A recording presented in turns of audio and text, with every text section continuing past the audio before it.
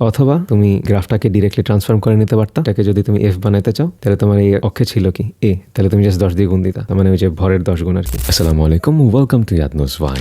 তো খুব ইজি একটা ম্যাথ, কিন্তু অনেকের হচ্ছে মাথায় ক্লিক করে নেয় পরীক্ষার হলায়। তো দেখো এখানে কি বলছে, 10 কেজি ভরের একটা বস্তু এক্স অক্ষ বরাবর গতিশীল আছে। ওকে, ভালো কথা। বস্তুটির ত্বরণ আর অবস্থানের ফাংশন, মানে ত্বরণকে অবস্থানের ফাংশন হিসেবে দেখানো হয়েছে। বেসিক্যালি তোমার এই গ্রাফটার একটা কথিত ভাষায় লিখে দিছে আর কি। এখন তোমরা বলছে যে বস্তুটা যদি 0 মিটার থেকে 8 মিটার এই পর্যন্ত অতিক্রম করে তাহলে বস্তুটা দ্বারা কৃত কাজ কত। তার মানে তোমার কাজ বের করতে হবে, তাই না? তাহলে ডাব্লিউ সমান এফএস। তো সমস্যাটা হয়েছে অনেকে কনফিউজড হয়ে গেছে যে এই জায়গাটায় নট দেয়ার ফল্ট, পরীক্ষার হলে অনেক কিছুই মাথায় আসে না। আমরা এই টাইপ গ্রাফ দেখতে খুবই অভ্যস্ত যে আমরা হচ্ছে একটা সুন্দর গ্রাফ দেওয়া থাকে, আমরা হচ্ছে এরিয়াটা বাইর করি যতটুকুর মধ্যে আমার লাগবে, তাই না? যেমন 0 থেকে 8 মিটার, তার মানে এই পর্যন্ত আমার গ্রাফটা লাগবে। তাহলে আমি এই গ্রাফটার এতটুকের যদি এরিয়া বাইর করি তাহলে কিন্তু আমার জন্য এনাফ। কিন্তু সমস্যাটা হতেছে সাধারণত এফ বনাম এস গ্রাফ দেওয়া থাকে, সরি এফ বনাম এক্স, ওই তো এস একই কথা। তখন তুমি W equal to F x করে দাও, সুন্দর মতো একটা গ্রাফের ইন্টিগ্রেশন করে দাও, এরপর বা মানে এরিয়া বের করো, তারপর অ্যান্সার এসে পড়ে। কিন্তু এখানে তোমাকে ত্বরণ দিয়ে রাখছে, এটা তো কঠিন কিছু না, তাই না? কারণ আমি ত্বরণের সাথে যদি ভর গুণ দিই তাহলে আমি বল পেয়ে যাবো। তার মানে আমার আসলে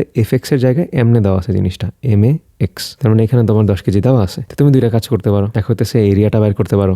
এরিয়াটা বের করলে তোমার কি আসবে, এক্স গুণে, তার মানে তোমার এ এক্স আসে পড়ছে। তাহলে জাস্ট তোমার ফাইনালি অ্যান্সারটার সাথে মানে এরিয়াটার সাথে তোমার 10 কেজি গুণ দেওয়া লাগবে, এই তো আর কিছুই না। তো এটার এরিয়া কত? একটা ত্রিভুজ, হাফ ইন্টু ভূমি 8 ইন্টু উচ্চতা কত 20, তার মানে 80 জুল। কিন্তু এটা কি শেষ না, আমার হচ্ছে ভর গুণ দেওয়া লাগবে। তাহলে ভর কত? 10 কেজি। এটার সাথে তুমি 10 গুণ দাও, তাহলে কত আসে? 800 জুল। এটাই অ্যান্সার। অথবা তুমি এই গ্রাফটাকে ডিরেক্টলি ট্রান্সফর্ম করে নিতে পারতা, মানে এফ এস এর গ্রাফ বানিয়ে নিতে কিভাবে, এটাকে যদি তুমি এফ বানাইতে চাও তাহলে তোমার এই অক্ষে ছিল কি এ, তাহলে তুমি জাস্ট 10 দিয়ে গুণ দিতা, তাহলে প্রত্যেকটার সাথে 10 গুণ হয়ে যেত, মানে ওই যে ভরের 10 গুণ আর কি। তাহলে এখন তুমি এরিয়াটা বাইর করো, একই তো, ভূমি ইন্টু উচ্চতা, হাফ ইন্টু ভূমি কত 8 ইন্টু উচ্চতা কত 200, তাহলে 100 কাটা যায়, থাকে কত 800 জুল। এটাই অ্যান্সার।